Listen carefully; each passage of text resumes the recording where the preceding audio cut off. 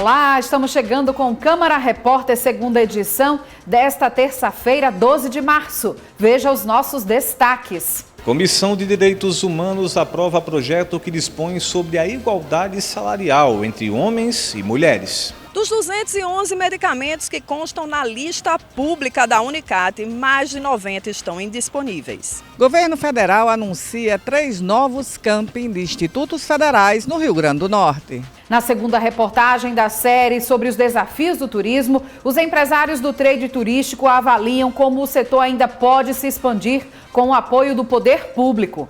Aqui no estúdio eu vou entrevistar o arcebispo metropolitano de Natal, Dom João Santos Cardoso. Nós vamos conversar sobre a campanha da Fraternidade 2024 e as primeiras ações dele à frente da Arquidiocese de Natal. Vem com a gente, o Câmara Repórter, segunda edição, está no ar.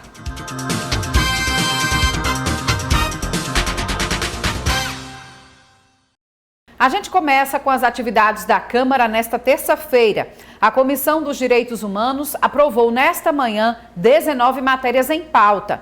Entre elas, a que cria o Observatório da Violência em Natal.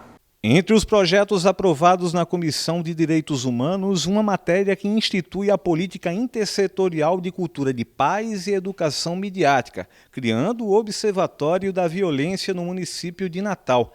A iniciativa é da vereadora Brisa Braque. Esse foi um projeto construído, inclusive, em espaços de debate que a gente fez, audiências também virtuais, com a participação de professores, de pessoas também do governo federal, e a gente tem construído essa política municipal de cultura de paz dentro das escolas, promovendo o debate, conectando a partir da educação digital, porque hoje muitos desses jovens estão completamente conectados com os aparelhos digitais, então a gente precisa também conectar com a realidade desses jovens, dessas crianças e adolescentes, para conseguir construir essa cultura de paz, conseguir afastar o cenário de violência de dentro das escolas e continuar aí, como a gente tem nesse último período, diminuído os casos de atentados, de casos de violência, de agressão dentro do ambiente escolar. Outro projeto aprovado da vereadora Brisa dispõe sobre a avaliação psicológica de gestantes e puérperas. Hoje a gente já tem o costume de pensar na saúde da mulher gestante,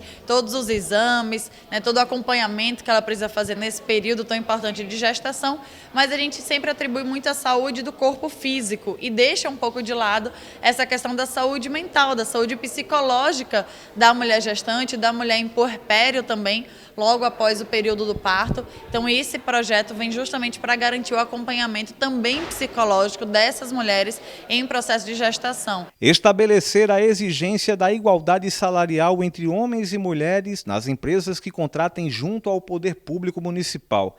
A iniciativa do vereador Ranieri Barbosa foi aprovada sob a relatoria do vereador Bispo Francisco de Assis. Não é tempo mais de termos diferencial entre homem e mulher em nada, principalmente no salário, porque a mulher trabalha tanto quanto o homem, ela tem capacidade quanto os homens e faz o mesmo serviço se precisar. Então a igualdade entre homens e mulheres tem que ser realmente real.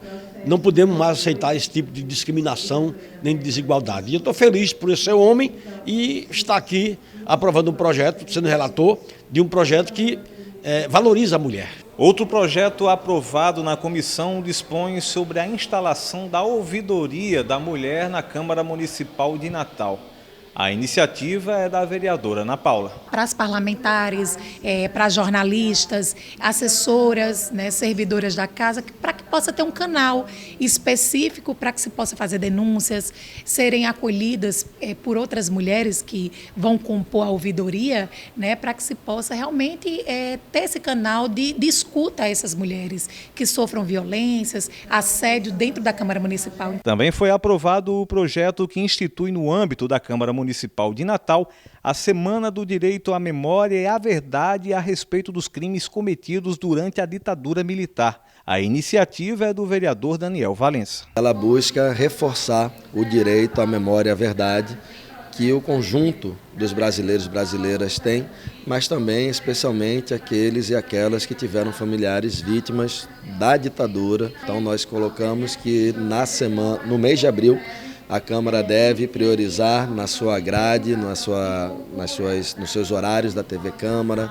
nos seus espaços de divulgação, matérias, informações sobre a ditadura, sobre o que foi esse período. Também houve reunião da Comissão de Educação, que foi marcada pela aprovação de 42 projetos de lei, mesmo em meio a uma falta de energia no prédio da Câmara. A falta de luz na Câmara não impediu a Comissão de Educação de apreciar as matérias em tramitação. Um dos projetos aprovados, de autoria da vereadora Margarete Régia, institui a Mostra Anual dos Projetos Culturais aprovados pelo programa Djalma Maranhão. A relatoria foi do vereador Bispo Francisco de Assis. Que muitas pessoas não fazem questão de acompanhar o trabalho público, a vida pública, mas é importante que as pessoas acompanhem, a sociedade acompanhe tudo o que acontece nas secretarias, dos parlamentares, o que nós fazemos, deixamos de fazer. E esse projeto dá transparência nesta área cultural, que é muito importante, não somente para o povo, mas para os artistas também, que precisam de trabalhar, ganhar seu sustento. A comissão foi encerrada com 16 matérias designadas para a relatoria e 42 projetos apreciados. Cumprimos, né, com a nossa obrigação e mesmo com falta de luz, trabalhamos e demos encaminhamento a tais projetos, porque eles refletem, antes de mais nada, o empenho, né, do conjunto da Casa em suas proposituras legislativas, mas também o diálogo com a sociedade. Na próxima reunião da comissão, prevista para o dia 26 de março, haverá uma audiência pública para tratar sobre as vagas disponíveis nos CMEIs da capital potiguar. Nossa Comissão de Educação vai se reunir na terça-feira, daqui a 15 dias, e nos chegou a demanda de fazer uma audiência pública sobre as vagas nos CMEIs, pois desde 2016 nós temos uma política de sorteio de vagas, o que é um absurdo, é uma afronta ao direito fundamental à educação infantil, que todo trabalhador, trabalhadora que tem filhos tem e as crianças têm, e nós, como comissão, queremos, né, convidamos desde já toda mãe, todo pai, que venha para cá e traga a sua demanda, traga a sua crítica, e nós vamos sim convidar o Executivo Municipal, convidar a Defensoria Pública, o Ministério Público, para que de uma vez por todas nós garantamos que haja acesso universal à educação infantil. E o problema do fornecimento de energia elétrica para o prédio da Câmara Municipal, por uma falha na rede da Neoenergia Coserne, se prolongou até o fim da tarde desta terça, comprometendo a realização da sessão ordinária. Por determinação do presidente da Casa, vereador Érico Jacome, a pauta que seria votada hoje foi transferida para a tarde de quarta-feira. Agora é lei. Pessoas com lúpus terão direito a protetor solar de graça em Natal. Simone Silva. A Câmara Municipal de Natal promulgou nesta terça-feira a lei que obriga o município a fornecer protetores e bloqueadores solares para pessoas com lúpus eritomatoso sistêmico. O município precisa fornecer na quantidade, necessidade e periodicidade determinado por um profissional da área de saúde. Para ter direito, a pessoa com lúpus deve se cadastrar na Secretaria Municipal de Saúde ou no Centro Municipal de Saúde. A Prefeitura tem 60 dias para regulamentar a lei que foi proposta pela então vereadora Divaneide Basílio. Agora a gente fala de um problema recorrente para quem precisa dos medicamentos fornecidos pelo governo do estado. Pelo menos 90 das 211 medicações fornecidas pela Unicate estão em falta.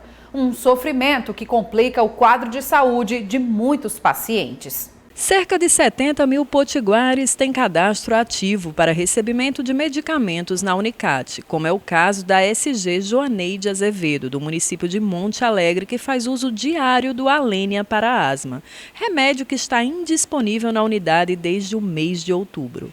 Ela tem contado com amigos e familiares para comprar o medicamento na farmácia. Peço uma ajuda a um e a outra, conhecido meu, de Monte Alegre. Eles têm um bom coração e ajuda a pessoa a comprar. Você tem crises de asma com frequência, você depende desse medicamento constante, né?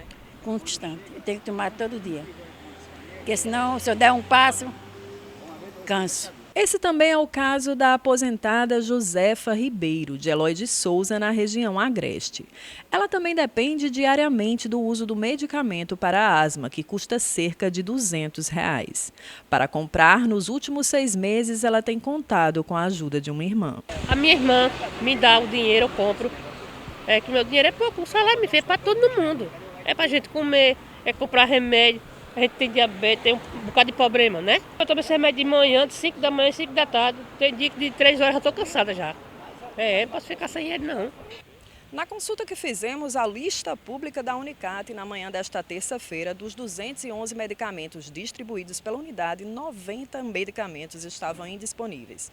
Desses, alguns estão sinalizados como aguardando envio do Ministério da Saúde e outros estão aguardando pelo processo licitatório. E a Secretaria Estadual de Saúde confirmou que os mais de 90 remédios que estão indisponíveis para os pacientes cadastrados na Unicate estão aguardando envio pelo Ministério da Saúde ou o andamento de processo licitatório.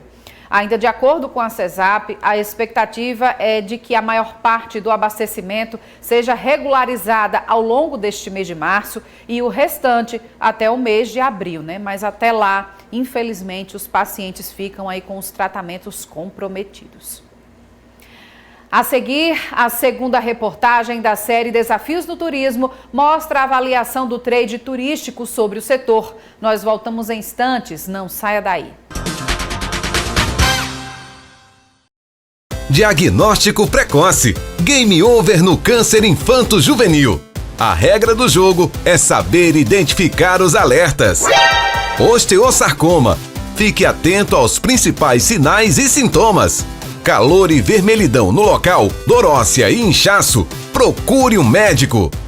Casa Durval Paiva. Juntos pelo diagnóstico precoce para vencer.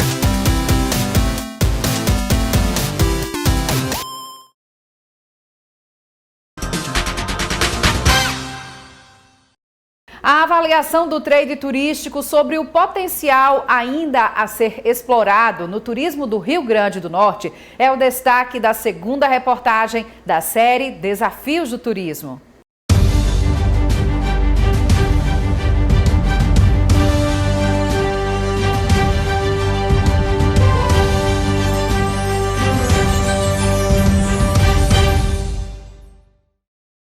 Belezas naturais em abundância, variadas opções de destinos, vasta rede hoteleira, rica gastronomia, sem falar no quanto o Potiguar é um povo receptivo e acolhedor com quem chega ao RN. Mas não é somente isso que faz com que o turista volte à cidade e busque novas experiências. Para quem faz parte do trade turístico, setor que atua diretamente oferecendo serviços turísticos, ainda é necessário mais investimentos por parte do poder público, principalmente na infraestrutura da cidade. Obviamente, nós precisamos estar estruturados para receber todos aqueles que aqui nos procuram. Quanto à hotelaria, nós temos uma hotelaria de excepcional qualidade, estamos prontos para receber quantos milhares de turistas chegarem por dia, mas precisamos de uma infraestrutura melhor, a nível das nossas estradas precisam ser melhoradas muito, muito mesmo. Os acessos a Pipa, a Gostoso, a Galinhos e outros destinos que vendem sol e mar precisam ser melhorados. A segurança nessa área turística, que a gente chama o corredor turístico, precisa ter uma segurança 24 horas do dia, 365 dias do ano, porque o turista ele precisa vir, gostar, se encantar e superar a sua expectativa. Avaliando o período da autoestação neste ano de 2024 no RN, segundo a ABIH, a ocupação nos hotéis girou em torno de 70% a 80%, o que poderia ter sido melhor comparado a outros anos em que a ocupação chegou a 100% nos hotéis e pousadas da cidade. A ocupação ideal seria a autoestação, mês de janeiro, 100% de ocupação. E nós temos um empecilho muito grande, que são os preços das passagens aéreas para o nosso aeroporto de Natal. E isso impede muito com que o turista decida também de escolher o destino Rio Grande do Norte pelo alto preço, o custo da passagem aérea. Segundo informações da Associação Brasileira de Bares e Restaurantes do RN, 98% dos associados são de pequenos e médios negócios. E ainda segundo informações da Associação Brasileira da Indústria de Hotéis do RN, 120 mil empregos são gerados diretamente através do setor do turismo aqui no Rio Grande do Norte. O segmento de alimentação destaca-se nas contratações, respondendo por mais da metade dos postos de trabalho, seguido pelos transportes em geral e pela hospedagem.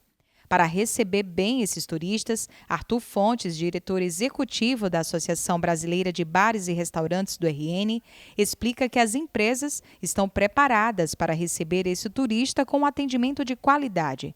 No entanto, ele explica que os investimentos do setor privado são insuficientes e é necessário uma maior participação do governo estadual e municipal. A gente, como a Brasel, há muito tempo pede que o poder público tenha essa sensibilidade de fazer o básico, de iluminar as ruas para que o turista se sinta muito à vontade para caminhar. Essas intervenções recentes que foram feitas, por exemplo, em Ponta Negra, ali na Avenida Praia de Ponta Negra, aquilo é muito bom.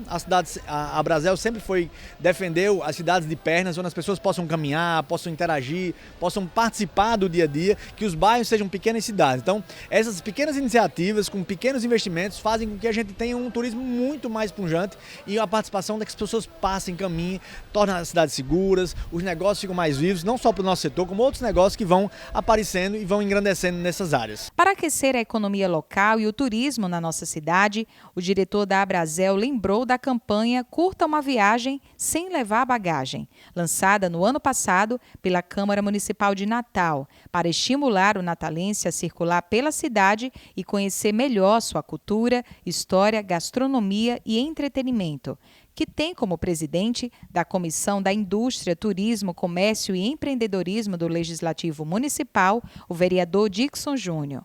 Ações como essa, segundo ele, são importantes para movimentar bares e restaurantes e ajudar o pequeno, médio e grande empresário que tem o turismo como sua principal fonte de renda. A iniciativa da Câmara é muito assertiva no intuito de fazer o natalense rodar dentro de casa. Só de você fazer o natalense conhecer sua própria cidade já é um grande desafio. Por exemplo, o Forte do Reis Magos passou quase 3 anos fechado, então tem pessoas, uma certa faixa etária, que sequer conhece o Forte. É muito comum a gente perguntar a natalense quem fez passeio de buggy e muitas vezes não conhecer. O intuito principal dessa campanha é mostrar ao natalense o que os turistas já sabem, o porquê o Natal é uma cidade tão querida no planeta inteiro, né?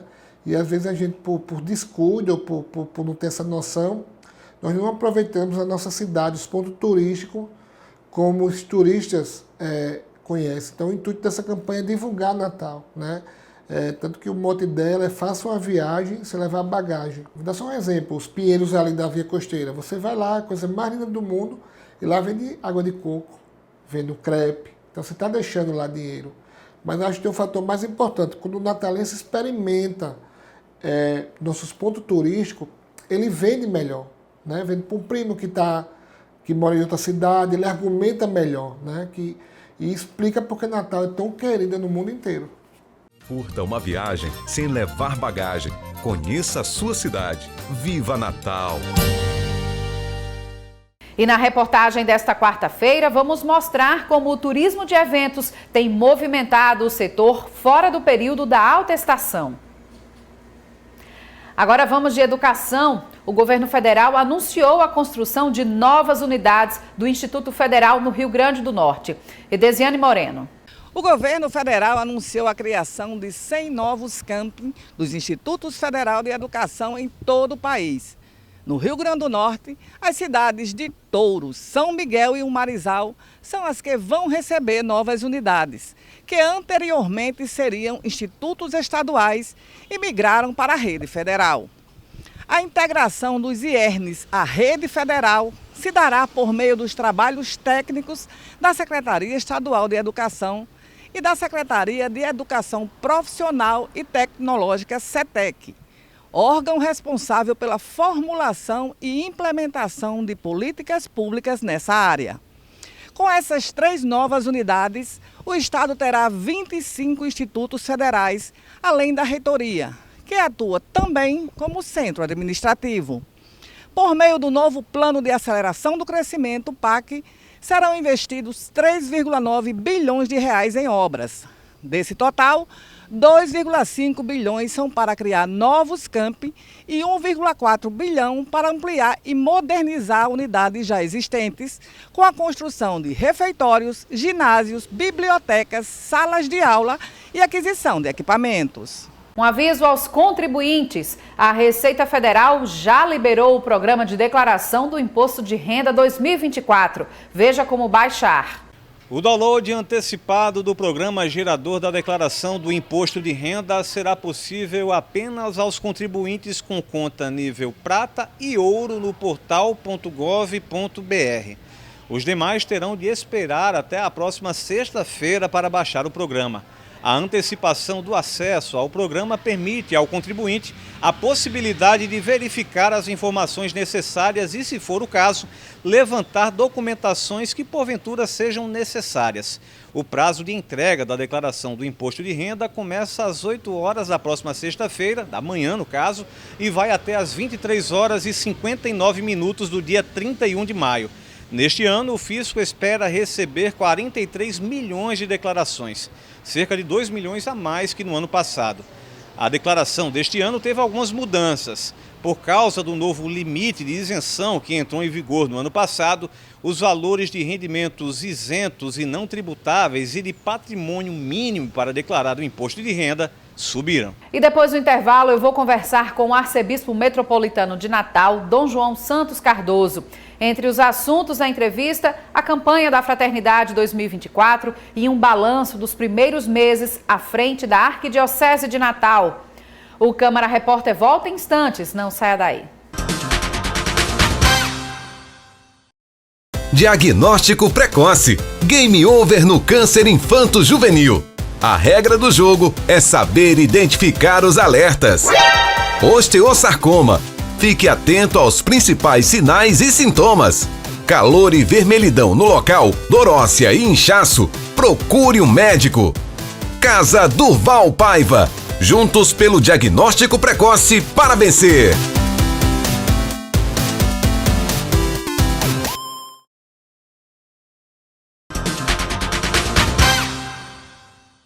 Estamos de volta com o Câmara Repórter, recebendo aqui no estúdio o arcebispo metropolitano de Natal, Dom João Santos Cardoso. Seja muito bem-vindo, Dom João Santos, aqui para conversar conosco. Muito obrigado, Larissa, pela oportunidade também que nos é dada de conversar com o telespectador da TV Câmara. A Câmara Repórter. Isso mesmo.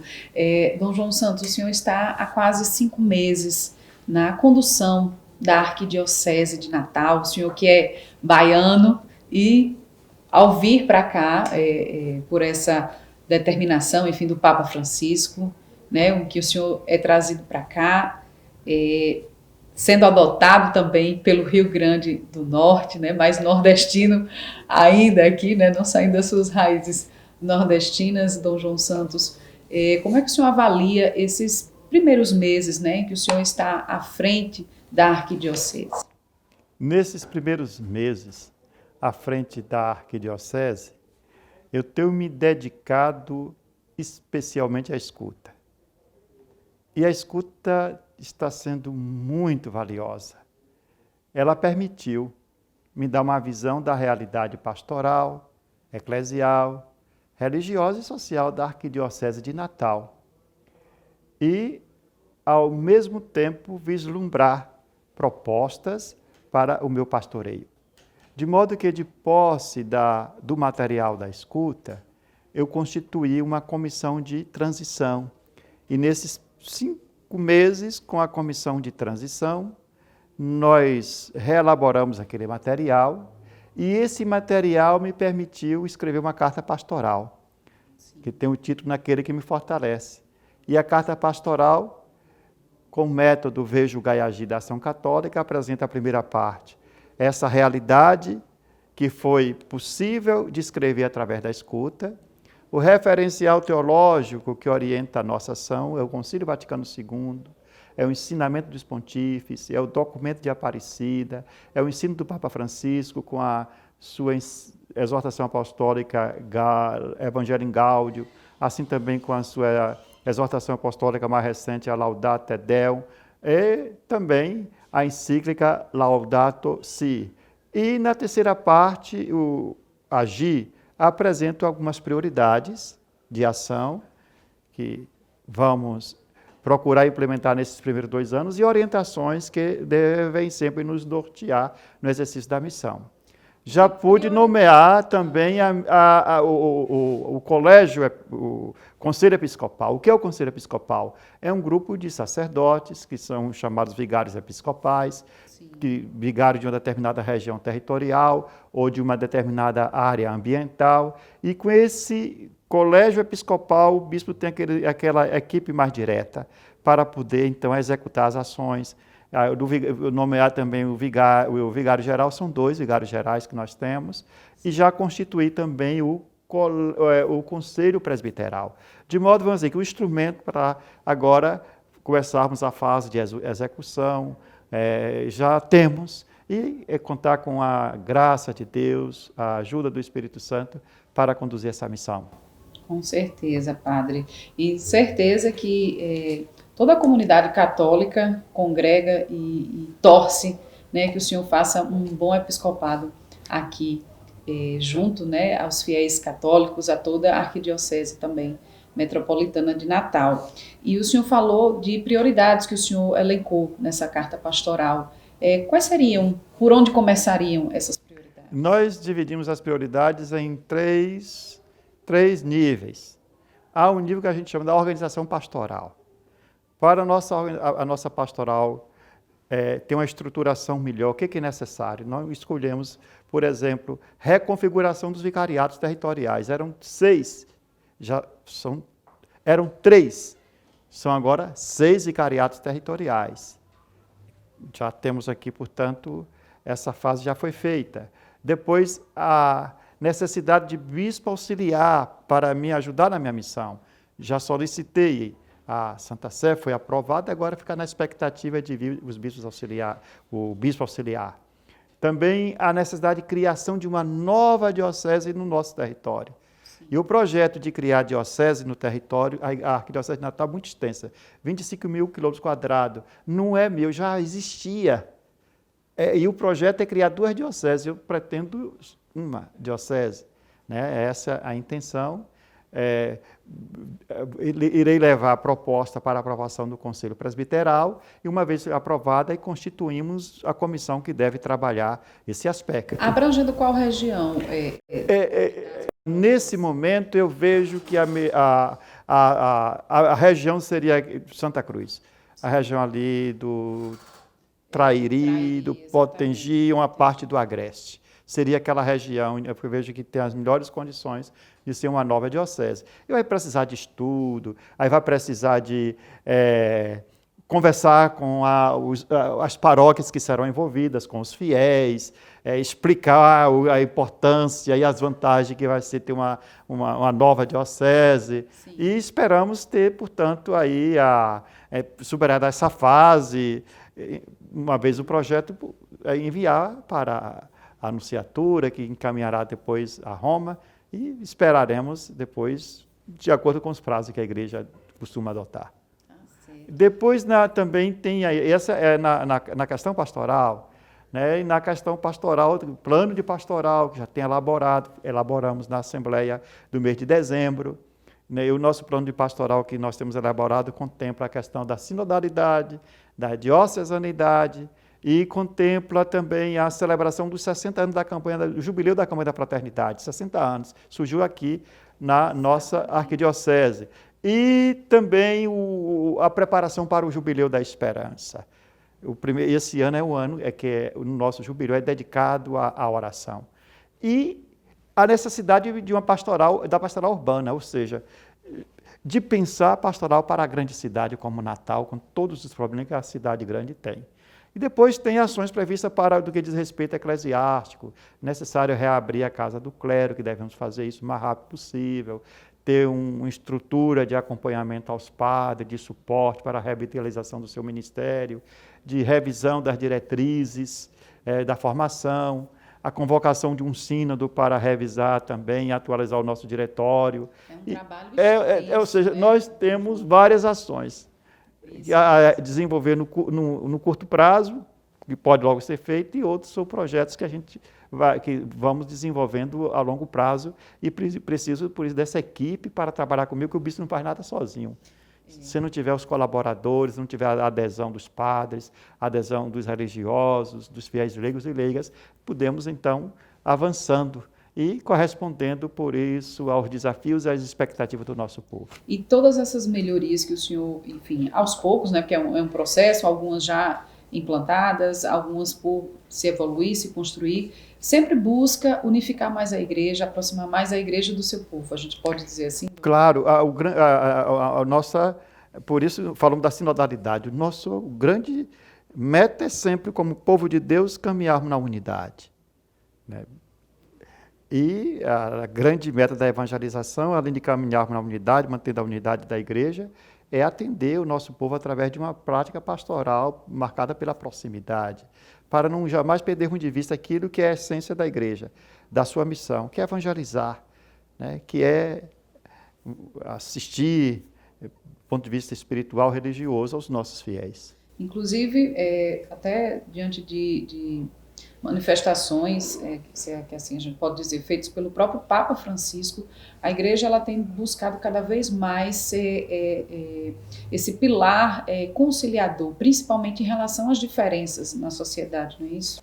A campanha da fraternidade, que traz o tema fraternidade e amizade social, tem justamente essa preocupação. Quando nos propõe a refletir sobre a amizade, que não é meramente um sentimento que liga uma ou duas pessoas, mais de duas pessoas, mas que ela deve alargar como virtude para a sociedade, porque a amizade é a base de uma sociedade que tem estabilidade, onde nós nos convivemos e nos respeitamos, que nos dá segurança de poder andar na rua e saber que não sofreremos a violência.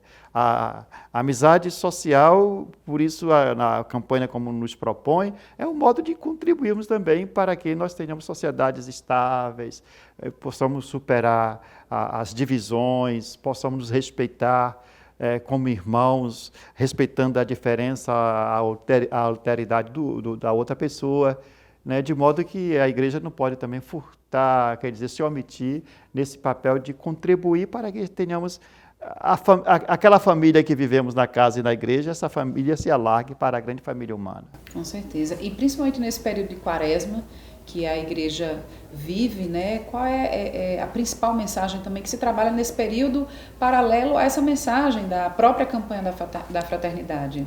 Você lembrou muito bem o tempo quaresmal. 40 dias em que nós nos preparamos para celebrar a Páscoa.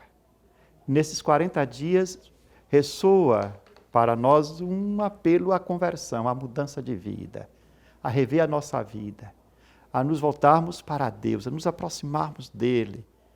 E o apelo de conversão supõe a penitência, supõe a penitência é quando nós estamos arrependidos e um sinal do nosso arrependimento nos propomos determinadas mudanças no nosso comportamento. A penitência é a forma como expressamos que nós queremos de fato mudar de vida.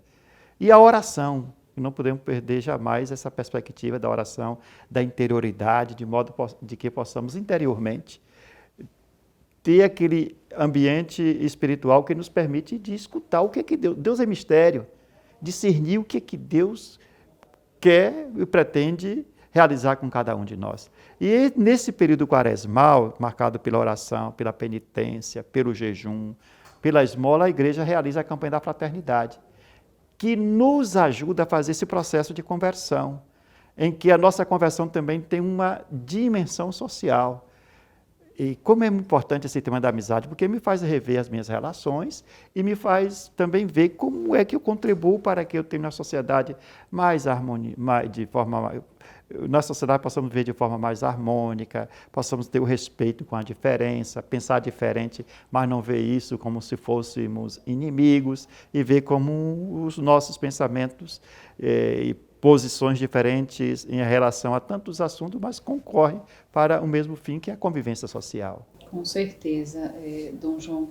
E falando aqui em igreja, a gente falando aqui em comunidade católica, mas é importante também que a igreja, a arquidiocese, dialogue com as várias instituições. Nesse também, o senhor falou muito desse processo de escuta do ponto de vista interno, né, da própria arquidiocese, da igreja, mas também o senhor tem buscado já dialogar com as instituições, por exemplo, aqui a Câmara Municipal. É importante que a igreja também, no caso para o senhor, conhecendo, estreitar, né, fazer esses laços. Nos primeiros dias que eu cheguei em Natal, depois da minha posse, minha primeira preocupação foi fazer a consulta externa. Essa relação com as instituições. Então, visitei todas as instituições do judiciário, do executivo, do legislativo, tanto no nível do Estado quanto no nível municipal. E, graças a Deus, também instituições privadas, organizações da sociedade civil, mas graças a Deus que há uma boa relação, do ponto de vista institucional, entre a Arquidiocese de Natal e as demais instituições, tanto do Estado quanto as organizações da sociedade civil. E isso é muito bom. Eu percebo claramente que a igreja tem credibilidade, tem penetração, né, na sociedade natalense, nas suas diversas esferas também, seja do Estado, da organização estatal, seja da organização social. E agradeço, né, o espaço que aqui é aberto. É um reconhecimento da ação pastoral da Igreja de Natal. E, então, é possível abrir esse espaço para um diálogo aqui através da TV Câmara. Então, essa escuta também nós realizamos, né? Além de vários organismos da sociedade civil, audiências que sempre recebemos as pessoas, nos permite perceber também como somos vistos do ponto de vista externo. Com certeza, Dom João. Eu agradeço muito aqui a sua presença conosco, conversando um pouco sobre esse trabalho que o senhor já iniciou à frente da Arquidiocese de Natal e, claro, sempre deixando o espaço aberto, né? Sempre que tiver ações importantes da Arquidiocese, a gente faz questão de ajudar nessa divulgação, sendo sempre um braço parceiro da Arquidiocese de Natal. Muito obrigada aqui pela sua presença conosco, mas antes de encerrar a entrevista, o senhor já falou, eu sei que um pouquinho, mas uma mensagem para os nossos telespectadores, né, acima de tudo. Larissa, agradeço imensamente a oportunidade que me foi dada. Nesse período de Quaresma, em que nos preparando para a Páscoa, aproveitemos esse tempo de graça que Deus nos dá. A Quaresma como fosse o nosso grande retiro espiritual. Como faz bem o recolhimento interior. Nós temos necessidade do recolhimento interior. O grande retiro é interior. Quando cessa a agitação, as preocupações, nos calamos para discernir como o mistério de Deus nos interpela. A nossa grande sede é sede de Deus, é ser feliz, é a sede de realização. E isso nós encontraremos numa experiência mística com o Senhor. Alguns encontram numa experiência estética ou ética, vivendo de forma correta, mas nos abramos. Por isso, aos apelos do Senhor, não percamos tempo. A nossa passagem neste mundo é muito breve, a vida é um sopro. E é por isso que devemos deixar marcas aqui, até caminhando para a nossa meta definitiva, que é o céu. Muito obrigada, Dom João Santos Cardoso. Muito bem, obrigado a você também, Larissa. E esta edição do Câmara Repórter fica por aqui. A você que nos acompanha, obrigada pela sua audiência mais uma vez. E continue ligado na nossa programação, tem sempre notícias atualizadas sobre o que acontece na Câmara Municipal de Natal e também na nossa cidade. Tchau!